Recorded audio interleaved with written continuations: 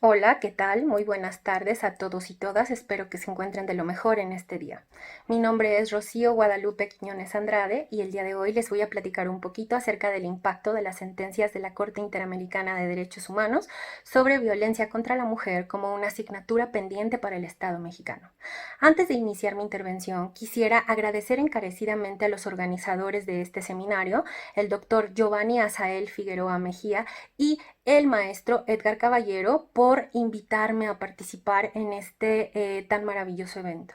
Y no solo por invitarme, sino por organizarlo en general, ya que en estos tiempos de pandemia en los que tenemos que estar resguardados en nuestras casas para no contagiar o no contagiarnos, es indispensable que los estudiantes de derecho, los operadores jurídicos y el público en general puedan seguir disfrutando de este tipo de contenidos tan relevantes en materia jurídica. Ahora bien, inicio mi intervención con datos realmente preocupantes sobre la violencia contra la mujer.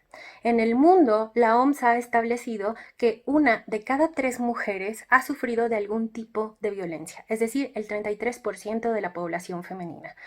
Pero esto en México es aún peor. Dos de cada tres mujeres mexicanas han sufrido algún tipo de violencia. Y no solo esto, sino que aproximadamente el 41% de estas mujeres la ha sufrido por su pareja. Es decir, tenemos el problema en casa. Esto no ha pasado desapercibido por la Corte Interamericana de Derechos Humanos, ya que de las 10 sentencias que tienen su haber en contra del Estado mexicano, 4 han sido por este rubro, por algún tipo de violencia en contra de la mujer. Imagínense que las sentencias dictadas por la Corte son un reflejo de la realidad social que se vive el día de hoy en todos los países de Latinoamérica. Entonces, si 4 de las 10 sentencias dictadas han sido por violencia contra la mujer, eso quiere decir que México tiene un problema sistémico y estructural que hace o permite o simplemente no impide que se violen los derechos en contra de la mujer. Ahora bien, estas 4 sentencias que se han dictado son Campo Algodonero o González Banda y otras contra México, Fernández Ortega, Rosendo Cantú y mujeres víctimas de tortura sexual en Atenco. Vamos a empezar por la última sentencia para hacer una aclaración. Esta última, mujeres víctimas de tortura sexual en Atenco, no la podemos analizar a profundidad debido a que apenas se dictó en noviembre del 2018. Debido a esto, el Estado tiene que cumplir la sentencia o tiene que empezar a reportar a la Corte su cumplimiento a partir de noviembre de este año, es decir, 2 años después. Por lo tanto, todavía no se puede medir el impacto, todavía no tenemos un registro de si se ha causado un impacto o no con ello. Por eso es que no podemos en realidad hablar de esta sentencia y la vamos a dejar un poquito de lado a pesar de que habla de hechos muy graves y trascendentes en el país. Sin embargo, les puedo decir que efectivamente se han estado llevando a cabo reuniones con las víctimas a través de la Subsecretaría de Derechos Humanos y su titular Alejandro Encinas con el fin de llevar a cabo la implementación y obviamente tener a las víctimas en el centro de todas las actuaciones del Estado, lo cual podemos decir que es una muy buena noticia. Ahora bien, vamos a empezar con la sentencia de Campo Algodonero. ¿Cuáles son los antecedentes de este caso? Eh, en un campo algodonero de Ciudad Juárez se encontró el cuerpo sin vida de 3 mujeres con signos de tortura y de violación sexual. Pero ¿qué pasó antes de esto? La cuestión es que cuando desaparecieron estas 3 mujeres, las familias fueron ante el Ministerio Público a denunciar la desaparición. Y esta autoridad lo que les dijo fue que no les podía levantar ninguna denuncia. Lo primero es que les dijo que el protocolo de seguimiento, que en ese tiempo se tenía el protocolo ALBA, era presentar una denuncia 72 horas después de que había desaparecido, en este caso, una mujer, y que además se podía hacer una búsqueda prioritaria de las mismas únicamente en el caso de que las autoridades mismas determinaran que esta persona tenía una vida decente. ¿Cuál es una vida decente? Las autoridades le comenzaron a hacer a las familias un conjunto de preguntas. ¿Su hija o, no sé, su nieta tomaba, fumaba, salía con amigas tenía novio, le gustaba salir de noche. Evidentemente eran personas jóvenes a las que les gustaba hacer todo esto. De hecho, 2 de las 3 eran menores de edad. Cuando respondieron que sí a algunas de las preguntas, las respuestas de las autoridades fueron: su hija de seguro se fue con el novio, o está en un bar, o se enojó con usted y se fue de la casa, no las podemos buscar. Esto concluyó con que una semana después encontraron los cuerpos sin vida de las personas, y aquí se debe hacer una aclaración muy importante. No solo fueron 3 mujeres, efectivamente la litis trata de 3 mujeres porque fueron las que presentaron la denuncia al principio, pero se encontraron 8 o más mujeres en el campo algodonero, y como sabemos todos, en México y en Ciudad Juárez sobre todo, han desaparecido miles de mujeres y nunca se ha juzgado ni sancionado a los responsables de estos delitos. Entonces, finalmente, después de muchísimos procedimientos, después de estigmatizar a las mujeres por salir y por divertirse, y además de que no se les atendiera a las familias adecuadamente, este asunto llegó a la Corte Interamericana de Derechos Humanos. ¿Qué fue lo que dijeron en la corte? Bueno, pues que se habían violado los derechos a la vida, a la integridad y a la libertad personales por parte del Estado mexicano. Pero no solo eso, sino que debido a que las autoridades no tomaron las prevenciones adecuadas y después no sancionaron a los responsables de estos delitos, existía una discriminación tajante en contra de las mujeres y sus familias, por lo que se había violado la Convención de Belém do Pará, además de la Convención Americana. Esto es muy importante porque fue la primera vez que la Corte sentenció a un Estado por la violación de esta convención. Es muy importante, de la Convención de Belém do Pará.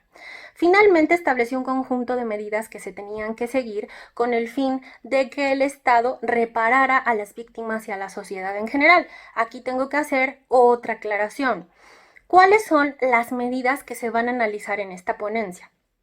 Primero se tiene que decir que el sistema interamericano no hace una división entre medidas generales y medidas individuales. Sin embargo, el doctor Eduardo Ferrer MacGregor, actual juez de la Corte Interamericana, en algunos artículos sí hace esa diferenciación, al igual que el Tribunal Europeo de Derechos Humanos, del cual voy a tomar prestada esta clasificación.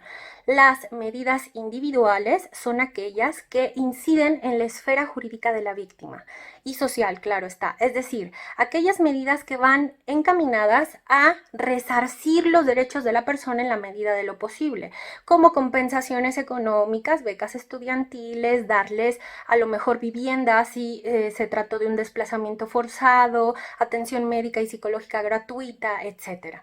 En fin, son todas aquellas medidas de reparación que incidan únicamente en la víctima y no en la sociedad. Las medidas generales, por el contrario, tienen una incidencia mucho más grande, ya que causan efectos sociales para todas las personas. ¿Cuáles son estos efectos? Evidentemente son todos aquellos que se puedan percibir por todas las personas, como que bueno, pues como el cambio legislativo de las leyes, como la creación de nuevos delitos, como el cambio de algunas jurisprudencias, de algunos criterios jurisprudenciales, etc. Entonces, lo que se puede ver aquí es que para analizar el impacto de una sentencia, es decir, los efectos reales que ha tenido sobre el sistema jurídico y en realidad en la sociedad, o que tienen su reflejo en la sociedad, tenemos nosotros que hablar evidentemente sobre aquellos que tienen este efecto. Y por lo tanto se van a analizar las medidas generales. Ahora bien, ¿cuáles son estas medidas? La primera fue llevar a cabo una capacitación de todas las autoridades, tanto de investigación como judiciales, sobre equidad de género y en general sobre los derechos de las mujeres. La Corte ya dijo que esta medida se ha cumplido efectivamente. Y sí, el Estado realizó un conjunto de cursos permanentes de seminarios, de congresos y algunas otras actividades con el fin de que las autoridades, tanto administrativas como judiciales, pudieran tener acceso a todo un universo de material acerca de los derechos de las mujeres y la equidad de género. Ahora, ¿esto ha servido realmente? ¿Ha causado un impacto en la sociedad y en el sistema jurídico? La verdad es que sí, ha causado un impacto, pero no el impacto grandioso que se esperaría. La verdad es que sí, efectivamente, en los cursos se les daba muchísimo material sobre que las mujeres y los hombres son seres humanos que valen lo mismo y que debe tratárseles de la misma manera, que no existen los trabajos de mujeres o los trabajos de hombres o los roles sociales. Sin embargo, la cuestión aquí es que no existe una autoridad de vigilancia, es decir, a una autoridad se le puede dar absolutamente toda la información al alcance de todos, se le puede llevar a los mejores investigadores, juristas o incluso otros funcionarios para que se les den este tipo de cursos. Pero mientras no se vigile que se está aplicando en las actuaciones jurídicas lo que se les dio en estos cursos y lo que se aprendió, no se va a poder tener un cumplimiento real. Es decir, no se va a poder impactar en el ámbito social. ¿Por qué? Pues simple y sencillamente porque hay muchos jueces y muchas autoridades en general, investigativas, fiscales, etcétera, que pues no cambian su manera de pensar. Y cuando lamentablemente una persona piensa que las mujeres valemos menos o que se nos estigmatiza por hacer ciertas cuestiones propias de hombres, esto no va a cambiar con un curso. Lo que se tiene que hacer es vigilar la actividad judicial e investigativa para que se apliquen esos cánones. Y como esto no se ha hecho, la verdad es que no se ha tenido el impacto esperado. Ahora bien, también se dijo que se tenía que crear una política pública con el fin de buscar y encontrar a las mujeres y niñas desaparecidas. Esto se dividió en dos, una medida estatal en Chihuahua y otra medida nacional. La primera fue la creación de una página electrónica en el estado en donde se pusieran todas las fotos de las personas desaparecidas que no han sido encontradas hasta ahora, así como los datos personales disponibles. ¿Cómo cumplió esto el Estado? Sí, efectivamente hizo una página. En la página de la Fiscalía de Chihuahua nosotros podemos acceder a una liga que dice ayúdanos a encontrarlas. Nosotros entramos a esa liga y efectivamente podemos brindar información anónima o con nuestros nombres sobre si yo he visto a una mujer, si sé dónde está, si tengo alguna idea de su paradero. Lo que pasa con esto es que si nosotros entramos a la liga, podemos ver que la última actualización de esta página fue en 2017. Y esto es un problema porque la página no se actualiza. Además de esto, carece de tecnología. Es decir, hay algunos datos de mujeres en las que no se tienen fotografías y simplemente se dan los nombres. Si a mí, por ejemplo, me dicen un nombre hipotético, no sé, Margarita Suárez.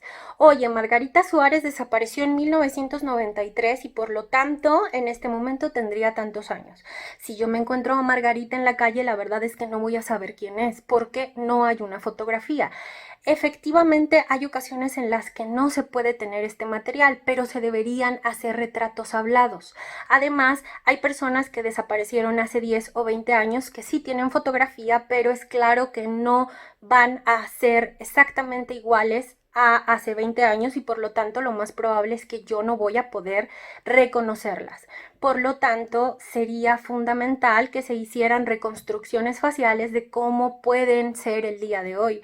Y esto no ha sucedido. Lamentablemente pareciera que esta medida se cumplió con el fin de que la Corte diera por cumplida la reparación y nada más, pero no con el afán real de encontrar a las mujeres que se encuentran desaparecidas. Y eso es un problema que vivimos todos los días en la justicia en México, la simulación. Ahora bien, también se dijo que se tenía que crear un sistema de organización de datos genéticos de las personas, es decir, una base de datos genéticos, en la cual contuvieran todos los registros de las mujeres desaparecidas, así como los de sus familias.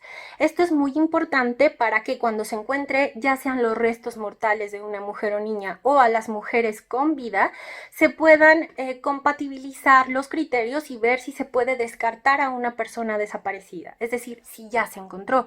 El Estado efectivamente en el 2012 creó la Ley del Registro Nacional de Datos de Personas Extraviadas y Desaparecidas y compró el software CODIS a Estados Unidos, al Buró General de Investigaciones de los Estados Unidos. Sin embargo, solo 2 estados han implementado un sistema de intercambio de datos con el gobierno federal, por lo cual todavía no se pone en marcha totalmente. Ahora bien, también dijo la Corte que se tenía que compatibilizar la legislación interna con la legislación internacional. Esto es importantísimo. ¿Por qué? Porque antes de esta sentencia no existía el delito de feminicidio en nuestro país. Este delito, ha sido introducido a nuestro sistema jurídico debido a esta sentencia. Y esto de verdad es un impacto fundamental.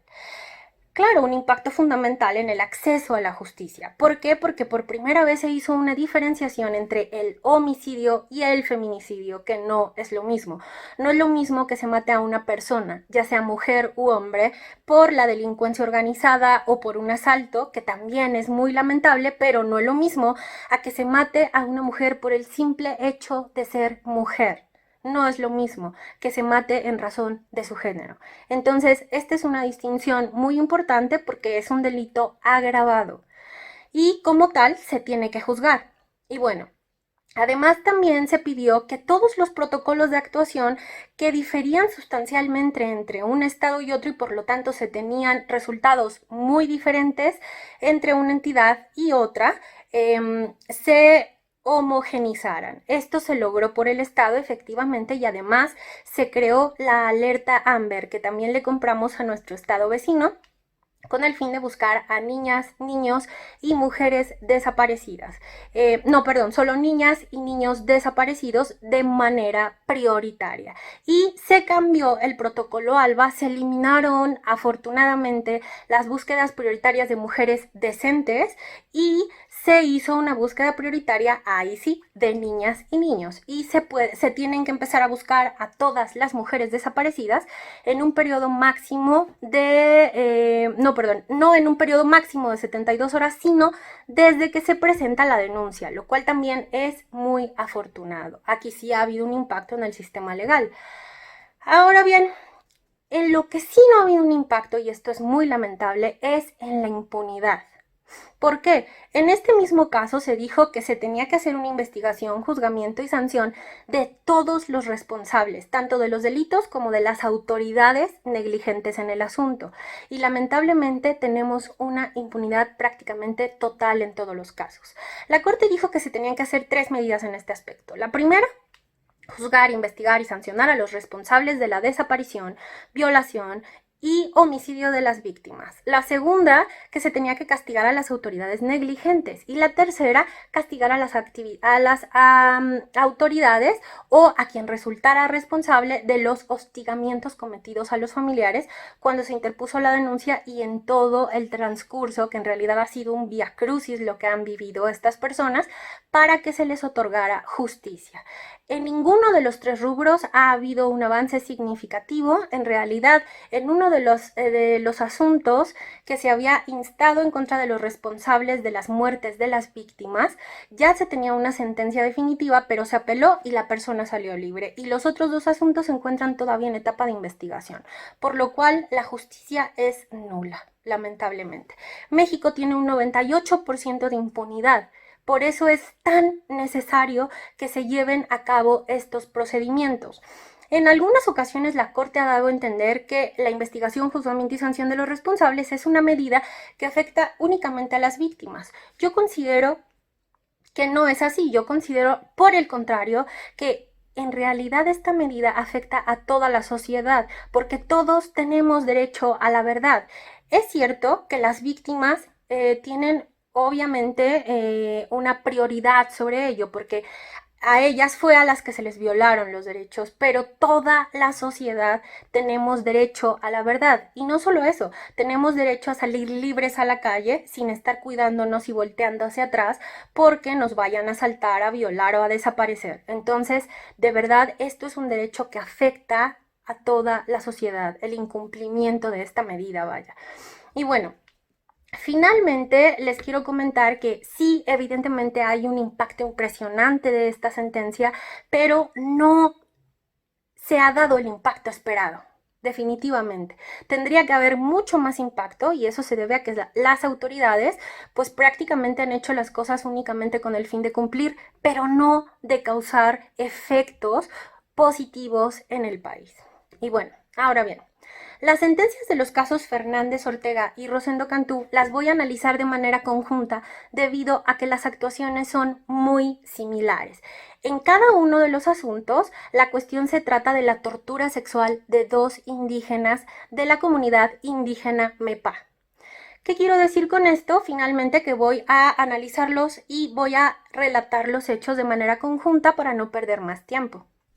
Y bueno, estos casos trataron de, como lo dije, dos mujeres indígenas que violaron sexualmente miembros del ejército mexicano en activo en el estado de Guerrero, en una comunidad alejada de la sierra de ese estado. Estos hechos ocurrieron durante una serie de violaciones sistemáticas a los derechos humanos cometidas por los militares en Guerrero, debido a que había una gran presencia castrense en el estado por la lucha contra la delincuencia organizada.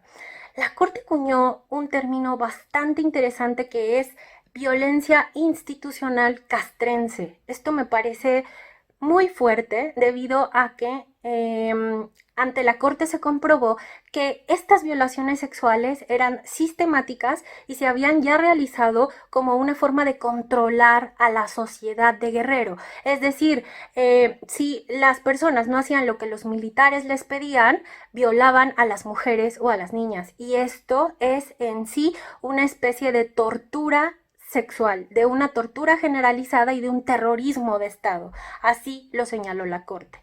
Ahora bien, finalmente, entre otros derechos, la Corte señaló que se habían violado los derechos a la integridad personal, a la dignidad y las garantías judiciales y la protección judicial en atención a que no solo se les violó sexualmente, sino que cuando éstas acudieron a denunciar los hechos, el Ministerio Público en ese entonces les dijo que no se metieran en problemas, que cómo iban a denunciar a los militares, que los podían matar o que los podían torturar o desaparecer, entonces que mejor no hiciera nada. Y además, en el momento en el que solicitaron que una médica los atendiera, no había ninguna disponible, solo habría médicos y por su cultura no las podían atender debido a que pues eran hombres y no se permite que los hombres revisen a las mujeres en la cultura mepa y en muchas otras culturas indígenas. Y evidentemente tampoco las mujeres se sienten cómodas en este aspecto, lo cual también es una violación a sus derechos humanos. Y bueno, el Estado determinó que se tenían que llevar a cabo tres reparaciones principales, debo ser muy clara en esto, tres reparaciones principales sobre violencia contra la mujer porque hay otras también muy interesantes. La primera es la capacitación a los funcionarios públicos. Otra vez, igual que en el caso Campo Algodonero, se decretó que se tenían que llevar a cabo capacitaciones. ¿Cuál es el elemento diferenciador aquí? Que ya no solo era con perspectiva de género, sino de etnicidad. Y esto es muy importante porque ya no solo se está hablando de los derechos de las mujeres, sino de los derechos de las mujeres indígenas. Y esto es de verdad trascendente porque estas son una del sector más discriminado de toda la sociedad. Esto es lamentable, pero a veces se violan sus derechos humanos porque ni siquiera hablan español, no tienen traductor, no tienen un abogado y hemos visto casos lamentables de indígenas que se encontraban en la cárcel simple y sencillamente porque no entendieron lo que se les preguntaba. Esto es fundamental. Y bueno, aquí efectivamente se siguieron con las capacitaciones, pero es exactamente lo mismo que pasa en el caso Campo Algodonero. Si no se vigila el cumplimiento, no va a haber un impacto, o por lo menos no un impacto como el que se esperaría de una medida tan grandiosa. Y bueno, también se decretó que se investigara y juzgara a los responsables y en su caso se les sancionara. Esto es muy importante, no me quiero meter mucho en esto porque entraríamos a más asuntos de la corte y me llevaría mucho más tiempo, pero en un resumen muy pequeñito, la cuestión aquí es que se conocían total y absolutamente a las personas que habían cometido los crímenes, se tenían totalmente identificadas. La cuestión es que como eran militares, a la mayoría, no a la mayoría, a algunos se les juzgó, sí, por el delito de violación, pero en la jurisdicción castrense, por lo cual a una persona se le dio un año de prisión y al final ni siquiera concluyó ese año y a otras personas se les liberaron por falta de pruebas. La cuestión es que los juzgadores eran sus propios jefes, los mandos del ejército. Y por lo tanto, pues aquí pudo haber muchas violaciones procesales, pudo existir la posibilidad de que simple y sencillamente se les dejara en libertad porque sus superiores los juzgaron, así de simple.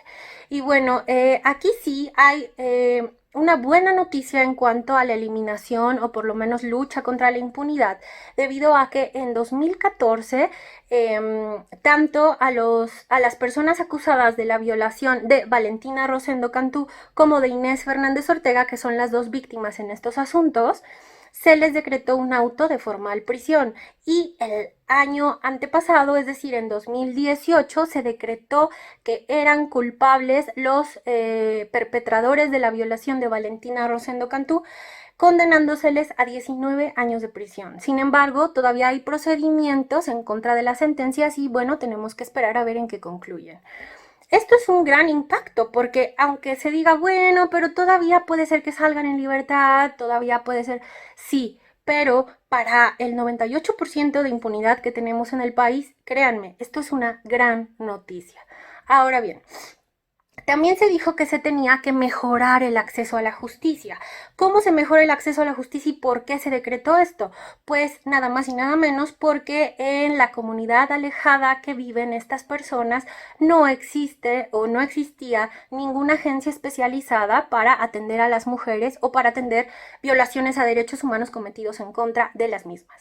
Por lo tanto, lo que hizo el Estado fue crear una agencia del Ministerio Público especializada en delitos sexuales y violencia familiar en el municipio de Ayutla de los Libres, que era la cabecera municipal donde vivían las víctimas. Y además creó otras 7 agencias especializadas del Ministerio Público en algunos otros lugares que ahora son fiscalías.